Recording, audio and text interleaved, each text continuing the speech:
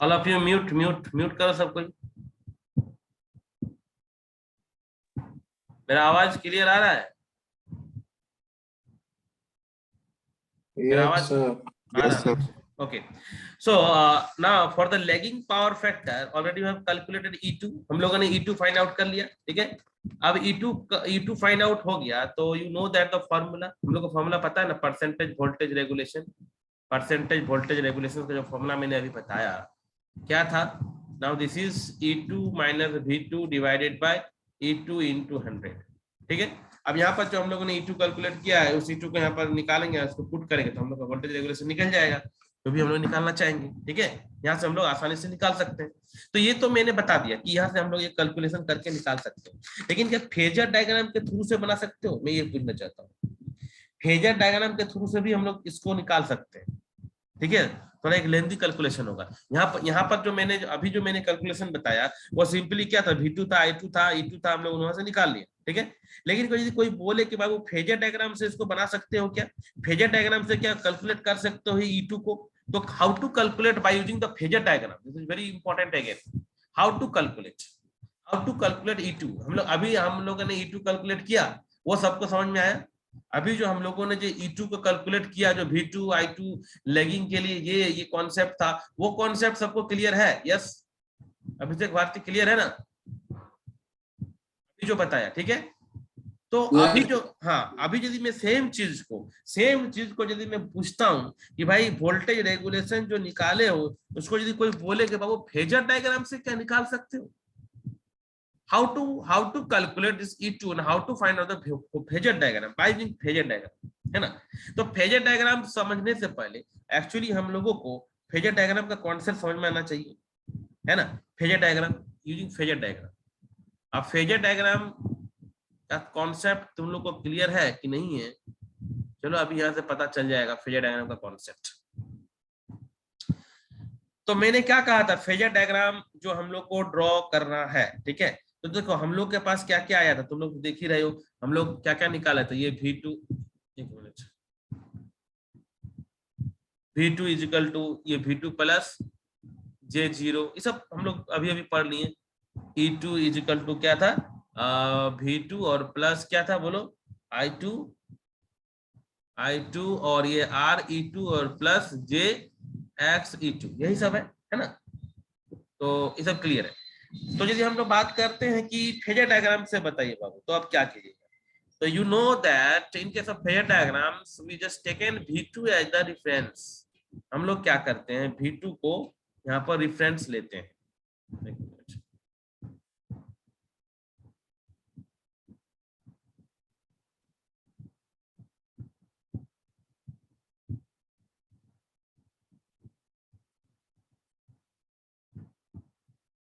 ठीक है, ये हम लोग का क्या है कि V2 है, ये क्या है हम लोग का V2, ठीक है ना। यहाँ पर हम लोग V2 को लिए हैं रेफरेंस में, ठीक है ना, V2 को लिए हैं रेफरेंस में, ठीक है ना। अब ये किस लिए है, लैगिंग पावर फैक्टर के लिए। तो लैगिंग पावर फैक्टर में हम लोग का क्या होता है, लैगिंग पावर फैक्टर में करंट जो होता है पीछे चलता है, मैंने बता रहा हूँ बार बार। लैगिंग पावर फैक्टर में करंट हम लोग का क्या चलता है, पीछे चलता है करंट। ये हो गया I2, ये हो गया हम लोग का क्या V2, और ये क्या हो गया I2। ये चीज समझ में आ रहा है। -φ2 मैंने लिखा हुआ है ना बार बार, तो क्यों लिखा हुआ, लैगिंग पावर फैक्टर में क्या होता है, current leg behind the voltage, leg behind the voltage. एकदम बता रहा हूं, यदि नहीं भी पढ़े हो तो भी क्लियर हो जाएगा, ठीक है ना। ओके, अब नेक्स्ट स्टेप क्या है बाबू, नाउ दिस इज V2 है, समझते हुए जाओ। रेजिस्टेंस और करंट क्या होता है, सेम फेज में होता है कि नहीं होता, बताओ। You know that resistance and current are in the same phase. तो यहाँ पर देखो तो V2 है, I2 RE2, ये जो I2 RE2 जो कंपोनेंट हम लोग का होगा, इसको यदि तोड़ कर लिखोगे तो क्या होगा, I2 RE2 प्लस, इसको ऐसे लिख सकते हो ना, V2 plus I2 RE2 plus JI2 XE2। तो I2 RE2, तो I2 RE2 क्या होगा, I2 के साथ जाएगा, रेजिस्टेंस और करंट वो दोनों क्या होता है, सेम फेज में होता है। उसको ऐसे लिखेंगे कि नहीं लिखेंगे, बोलो, क्लियर है ये वाला चीज सबको। ठीक है। ये होगा हम लोगों का क्या है, ये I2RE2, ये क्या है, ये है I2RE2, ठीक है। अब Xe2 तो रिएक्टिव जो कंपोनेंट होता है वो रेजिस्टेंस का परपेंडिकुलर होता है या फिर करंट का परपेंडिकुलर होता है। जो इंडक्टिव कंपोनेंट होता है, जो रिएक्टिव कंपोनेंट होता है, वो क्या होता है, इसका परपेंडिकुलर होता है, ठीक ना। इसको हम लोग क्या करेंगे, इसके साथ में ये परपेंडिकुलर ड्रॉ करेंगे, ठीक है। देखो इसके साथ में क्या है, ये 90 डिग्री पे है, ये वाला 90 डिग्री है, ये 90 डिग्री परपेंडिकुलर है, ठीक है। तो ये कौन सा कंपोनेंट है, ये तुम्हारा है I2 और ये Xe2। देखो अब यहां पर ध्यान से देखो, जो मेरा E2 है, यदि फेजर का रिजल्टेंट का बात करेंगे, E2 इक्वल टू क्या है, V2 प्लस I2 और JXE2 है ना। तो इसका जो यदि हम लोग बात करेंगे, जो EMF का जो रिजल्टेंट का बात करेंगे, तो ये रिजल्टेंट हम लोगों का ये है, ये हो गया E2। ध्यान से देखते जाओ, ये क्या हो गया, E2 हो गया। बोलो, ये जो बेसिक में बताया, ये बेसिक क्लियर है। अब देखो I2RE2 ये क्या है, ZE2 लिख सकते हैं। मतलब यहाँ पर यदि हम ऐसे करके लिख दे कंपोनेंट, तो ये कौन सा कंपोनेंट होगा, ये I2ZE2। बोलो जी, समझ में आ रहा है ना सबको, ये वाला जो मैंने अभी बताया, ये चीज इसको ड्रॉ किया, ये क्लियर है, यस नो, क्लियर है, बोलो। Yes sir. Yes sir. एक बार फिर से बता दीजिए। लैगिंग पावर फैक्टर कौन है, कौन पूछा, बोलो बताएंगे कौन है। सर दिव्यांशु। अच्छा दिव्यांशु। अच्छा दिव्यांशु, वोल्टेज और करंट ये सब का लीडिंग लैगिंग कॉन्सेप्ट पता है ना तुमको, वोल्टेज करंट ये सब का। Yes sir. तो यहाँ पर तो बाबू वही Yes, लिख रहे हैं ना, ये फेजर है, ये तो लैगिंग के लिए, किसके लिए है ये दिस इज फॉर लैगिंग। तो लैगिंग में हम क्या बोले, वोल्टेज डिफरेंस रहेगा। तो देखो V2 मेरा डिफरेंस में है ना। तो करंट कहाँ रहेगा बाबू, नीचे रहेगा, बोलो रहेगा कि नहीं, यहाँ तक बोलो स्टेप बाय स्टेप है, रहेगा ना, ये I2 नीचे रहेगा, ये नीचे रहेगा, ठीक है, यस सर। ये रहेगा नीचे, ठीक है। अब तुम देखो रेजिस्टेंस और करंट साथ में चलता है ना, सेम फेज में रहता है जो रेजिस्टिव होता है, ठीक है। तो देखो रेजिस्टिव में देखो ये I2 इधर है, Yes, तो sir. इसीलिए I2R2 देखो मेरा इधर खींचा है, देखो इस साइड में, इसके साथ में पैरेलल हुआ है, पैरेलल, ठीक है। अब जो तुम्हारा एक्स वाला कंपोनेंट है, एक्स, वो क्या होगा, वो रेजिस्टेंस के साथ परपेंडिकुलर होगा, इसलिए I2 Xe2 परपेंडिकुलर लिख दिए, ठीक है। अब E2 का मतलब क्या हुआ, सबका जोड़। तो E2 जो क्या हो गया, ऐसे जोड़ दो, E2 रिजल्टेंट निकल गया, वेक्टर सम। अब वेक्टर E2 इक्वल टू क्या दिख रहा है, देखो वेक्टर सम करोगे तो क्या होगा, V2 एरो को देखो, इधर एरो, इधर एरो, इधर एरो, सेम डायरेक्शन का arrow, vector addition, V2 plus I2RE2 add हो गया, है ना।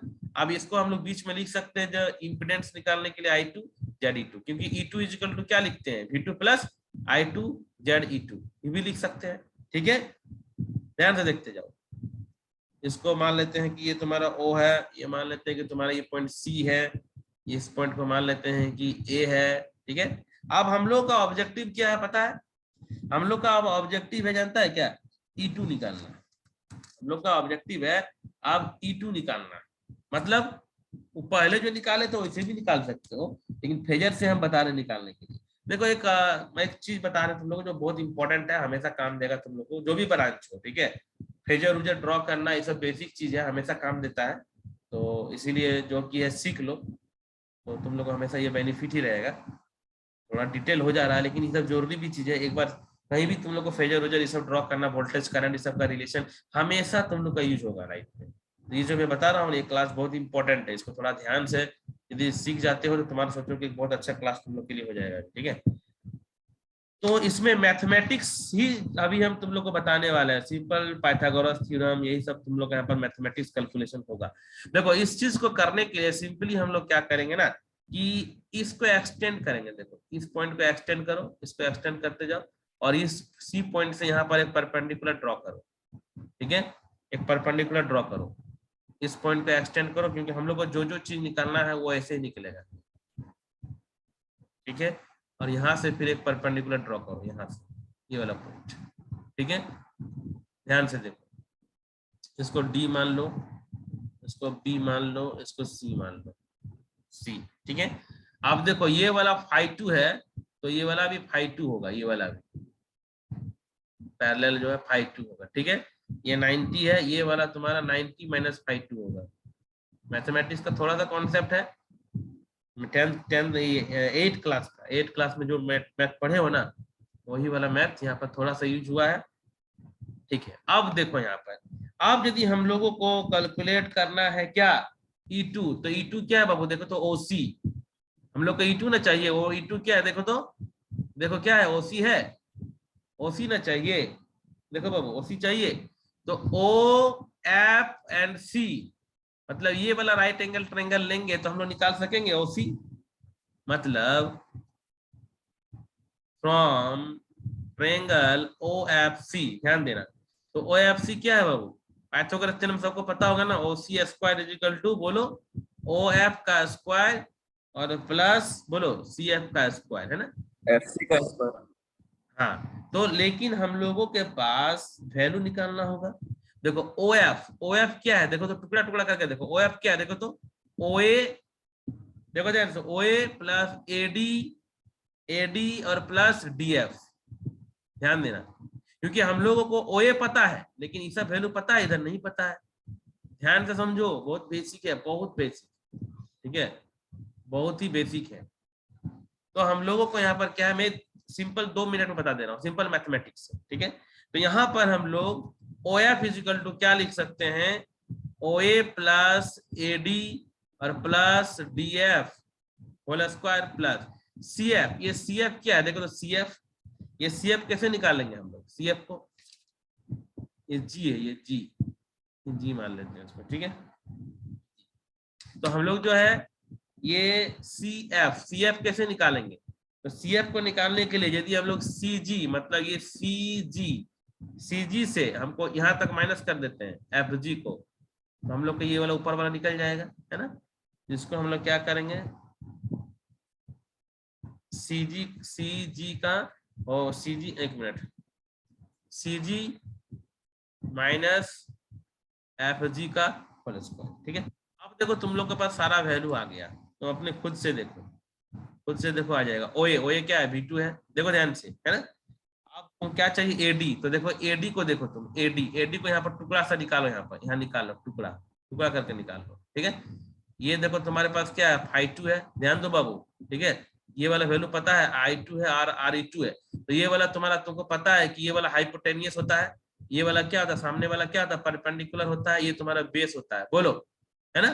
अब तुमको यदि बेस चाहिए तो बेस क्या होता है, कॉस होता है, और परपेंडिकुलर क्या होता है, साइन होता है। तो ये वाला जो वैल्यू है, ये वाला वैल्यू AD, पूरा मैथमेटिक्स सीख जाओगे अभी, AD, तो ये क्या होगा बोलो तो, ये हो जाएगा तुम्हारा कॉस कंपोनेंट, मतलब I2 RE2 कॉस phi2, बोलो, इसमें किसी को डाउट है तो पूछ सकता है, I2 RE2 कॉस phi2। उसी प्रकार आप क्या चाहिए बोलो तो DF, तो D और F कहाँ है, देखो DF, ये वाला है DF, ठीक है, ये वाला देखो DF है ना, DF देख रहे हो ना, ये D है और ये तुम्हारा F है, तो DF को कैसे निकालेंगे बोलो, DF को निकालने के लिए हम लोग क्या करेंगे, देखो DF लिखो या BG लिखो, दोनों बराबर होगा, बोलो ये वाला और ये वाला दोनों बराबर है, अब बोलो, है ना। Yes sir. तो ये बड़ा वाला ट्रायंगल ले लेते हैं, ये बड़ा वाला ट्रायंगल, राइट एंगल ट्रायंगल ये वाला ले लिए, ठीक है, मतलब C और ये G और ये तुम्हारा B, है ना। तो देखो ये तुमको पता है, ये वाला तो वैल्यू पता है ना, I2 XE2, और ये वाला क्या है 90 माइनस phi2, तो हमको क्या चाहिए, BG चाहिए, BG मतलब बेस, है ना, बेस, तो साइन कॉस आपका आवाज कट रहा है। आवाज कट रहा है, एक मिनट, यस सर। एक minute, just wait 1 minute.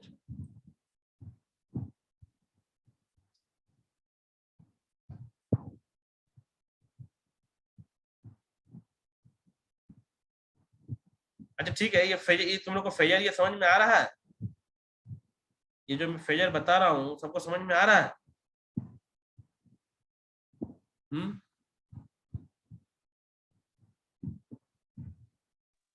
Yes sir, आ रहा है। देखो ये सिंपल वोल्टेज करंट वोल्टेज, आवाज क्लियर हुआ अभी बोलो तो, यस सर। सर पहले से ठीक है अभी, पूरा क्लियर नहीं हुआ पर ठीक है सर पहले से। ठीक है, एक मिनट क्लियर हो जाएगा, एक मिनट।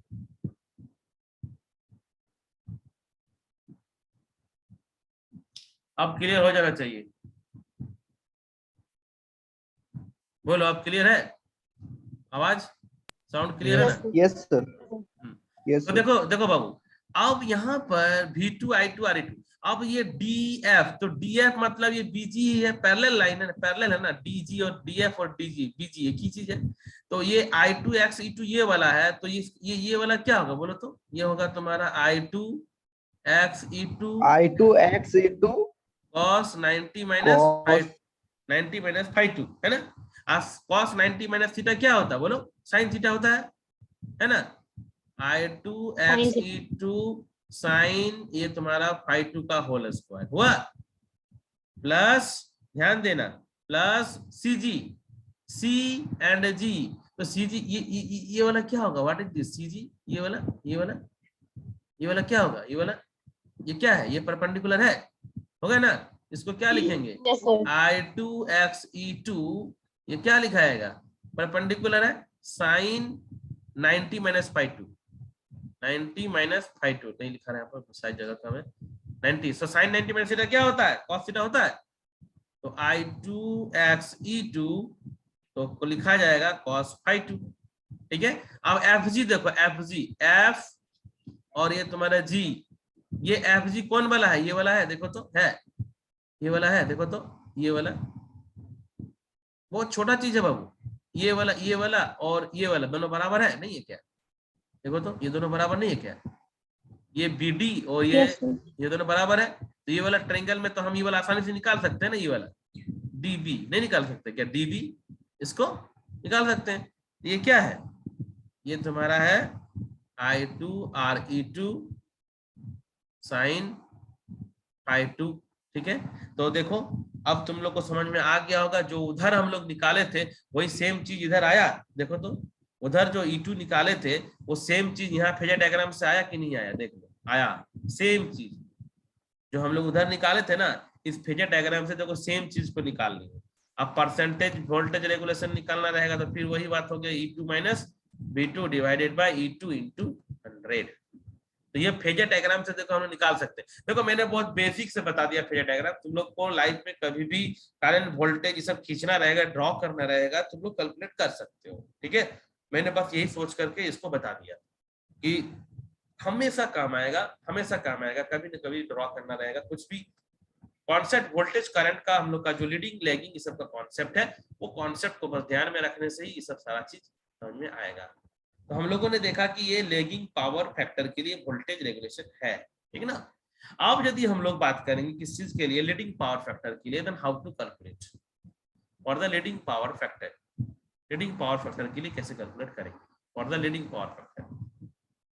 तो सारा कहानी समझ में आ गया है तो आराम से निकाल सकते हो। वोल्टेज रेगुलेशन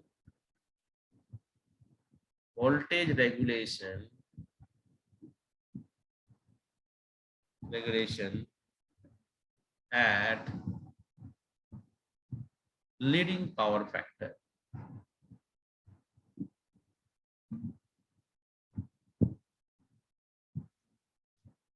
देखते जाओ। अब हमको नहीं लगता है कि इसमें तुम लोगों को कोई बताने का कोई जरूरत है क्या? सब कुछ पता नहीं है क्या? फिर वही कहानी है कि वोल्टेज को हम लोग यहाँ पर रिफरेंस फेज लेंगे, रेफरेंस फेजर लेंगे हम लोग यहाँ पर किसको? वोल्टेज को, मतलब V2 is equal to V2 plus J0 है ना। करंट यहाँ पर सिंपल आ जाएगा क्या? I2 बताए थे ना लीडिंग करने के लिए, प्लस phi2, तो मतलब क्या हो जाएगा? I2 cos phi2 plus J2 sin phi2, ठीक है, क्लियर है। अब E2 का फॉर्मूला भी बताए हुए थे, क्या था? I2 प्लस सॉरी ठीक है V2 था, V2 plus I2 ZE2, okay. अब हम लोग फिर से वही करेंगे यहाँ पर, E2 इजिकल टू बोलो V2 प्लस I2 का वैल्यू यहाँ पर पुट करेंगे, I2 cos phi2 plus J2 sin phi2 और ZE2 का मतलब तो सबको आ रहा समझ में, RE2 प्लस JXE2। अब फिर से वही करेंगे, यहाँ पर इक्वेट करेंगे real part and imaginary part, then we simply find out the value of E2। बोलो जी, क्लियर है? क्लियर आ रहा है ना सबको समझ में? Now again equating the real and imaginary part, तो यहाँ से फिर हम लोग E2 का वैल्यू को निकाल लेंगे। देखो ऐसा नहीं है कि बोरिंग लगना चाहिए, मैं एकदम शुरू से बता रहा हूँ, ठीक है? और मैं ये मान के चल रहा हूँ कि तुम लोग ट्रांसफार्मर का पहले का चीज को पढ़ लिए हो, मान के यही चल रहा हूँ बस। cos phi2 minus I2 x E2 sin phi2 का whole square plus I2 x E2 cos phi2 plus I2 RE2 sin phi2 का whole square. Now you know that again the percentage voltage regulation formula, that is E2 minus V2 or divided by E2 into 100। ठीक है, यहां से हम लोग निकाल सकते हैं, यहां से हम लोग इसको निकाल सकते हैं। क्लियर है? इसका फेजर डायग्राम तो लोग ड्रॉ कर सकते हो कि नहीं? ये किसके लिए है? लीडिंग पावर फैक्टर के लिए। करंट चल जाएगा ऊपर, इसका फेजर डायग्राम, इसका फेजर डायग्राम कैसे ड्रॉ करेंगे? How to draw this phasor diagram? Leading power factor के लिए फेजर डायग्राम को कैसे ड्रॉ करेंगे? स्टूडेंट 30 हो गया, कहाँ चल गया सब? समझ में नहीं आ रहा क्या तुम लोग को? अच्छा बताओ, समझ में आ रहा है कि नहीं आ रहा है, कि टफ लग रहा है टॉपिक? आ रहा है सर। देखो, हाँ देखो, लीडिंग पावर फैक्टर है ना, सबसे पहला क्या करते हैं, वोल्टेज को रिफरेंस मानते हैं। बोले ना हर केस में वोल्टेज हो गया मेरा रिफरेंस। अब ये तुम्हारा क्या है बाबू? ये है तुम्हारा लीडिंग वाला है ना, तो लीडिंग वाला में क्या होगा कि तुम्हारा जो करंट है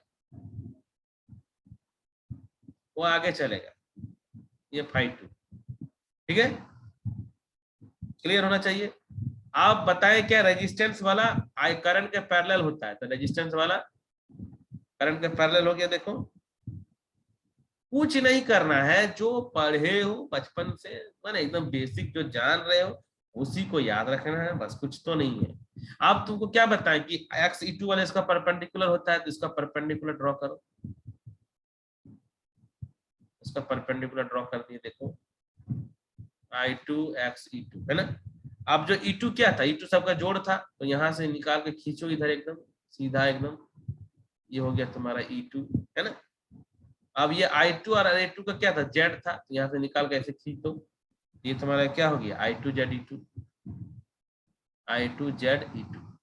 देखो फेजर डायग्राम एकदम आसानी से समझ में आया, एकदम बच्चा जैसा कुछ है जी? ये फेजर डायग्राम जो मैंने बताया ये वाला, कोई ऐसा बच्चा बताओ जो इसे हम समझ में नहीं आया है, मैं उसको बताने की कोशिश करूंगा फिर से। I think this is the very simple step how to draw the phasor diagram. Simply you know the basic of the current voltage, in which leading, lagging, which concept is applied, and you know the basic concept of resistance, reactive component. Then you can easily draw the phasor diagram. And simple, you know the vector addition. ठीक है, यदि vector resultant पता है ये सब, तो I think phasor diagram is very very simple to draw any machine or anything, transformer, any machines, any like that. You can easily draw the phasor diagram. Clear है? समझ में हमको लगता है कि आ रहा होगा सबको, ठीक ना? तो देखो नेक्स्ट हम लोग जो बात करेंगे, ये सब हम लोग को समझ में आया जो वोल्टेज रेगुलेशन का जो कहानी है, फेजर डायग्राम। ठीक है, फेजर डायग्राम में हम लोग कैसे निकाले हैं, ये सबको सारा चीज को ध्यान से देखते हुए, voltage regulation leading power factor के केस के लिए। ठीक है, अब यदि कोई बोले कि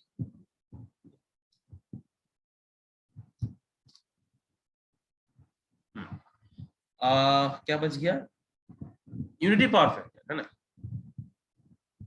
वोल्टेज रेगुलेशन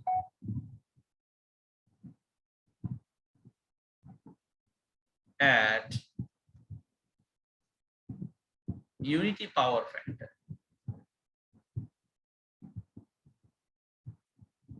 ओके, अब यूनिटी पावर फैक्टर के लिए तो वेरी वेरी सिंपल, इसके लिए तो कुछ सोचना ही नहीं है क्या करना है इसमें। ये तो सिंपल है कि भाई I2 और 0 होगा, इसमें कुछ करना ही नहीं है। बहुत सबसे सिंपल तो यही है, I2 प्लस J 0 हो जाएगा। V2 भी तो पता ही है क्या है ना, V2 is equal to V2 plus और J 0 है। अब इसके लिए क्या है, E2 का फॉर्मूला हम लोग को पता ही है कि V2 plus I2Z E2, very simple. अब पुट कर दो सबको यहाँ पर, सिंपल सा है। V2 प्लस करंट के लिए तो कुछ नहीं है, सिंपल दिख रहा है कि ये तुम्हारा I2 है, और Z2 के लिए क्या है RE2 है, और प्लस JXE2 है ना। तो बस इसको यहाँ पर रियल और इमेजिनरी को इक्वेट कर दो, तो V2 plus I2 RE2 and now JXE2, ठीक है। यदि E2 का हम लोग मैग्नीट्यूड निकाल लेते हैं तो भी इसको हम लोग फिर कैसे लिखेंगे, simple V2 sir I2 plus, थोड़ी है। ठीक है, I2 RE2 का whole square plus I2 XE2 का होल स्क्वायर, एकदम वेरी मतलब बहुत बेसिक, ठीक है। अब percentage voltage regulation simple formula लगा देंगे, E2 माइनस V2 बाय, ठीक है। बहुत सारे बुक में नीचे में V2 भी लिखा रहता है, ठीक है, लेकिन E2 वाला ही यूज करना है। स्टैंडर्ड बुक पढ़ोगे ना तो नीचे में ये E2 ही मिलेगा, V2 नहीं मिलेगा। E2 का मतलब हम लोग जो रेटेड के लिए ले रहे हैं, रेटेड E2।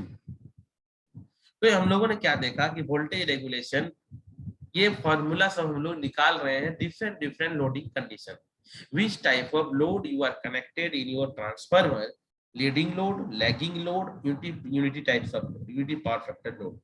तो अभी हम लोग का ऐसे वोल्टेज रेगुलेशन में अभी तुम लोग का टॉपिक बचा हुआ है कि हम लोग अब डिफरेंट अप्रोक्सीमेट रेगुलेशन कैसे निकालेंगे, है ना। तो ये सब भी है बचा हुआ, ठीक है ना।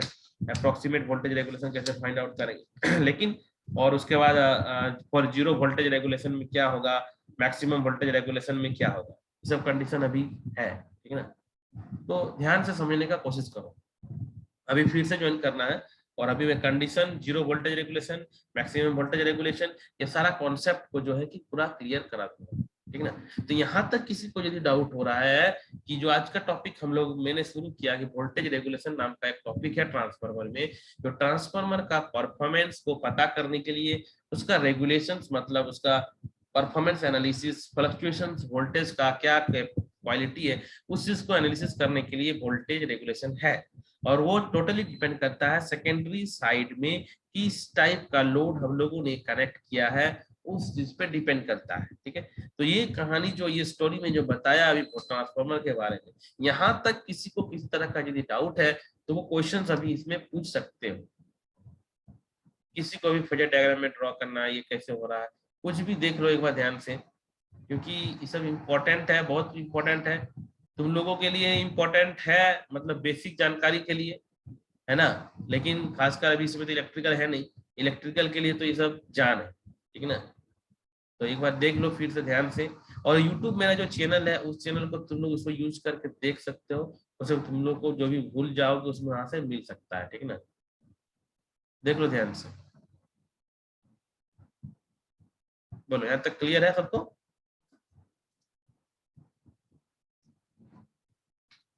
Yes. Yes, sir. अटेंडेंस का स्क्रीनशॉट ले लो।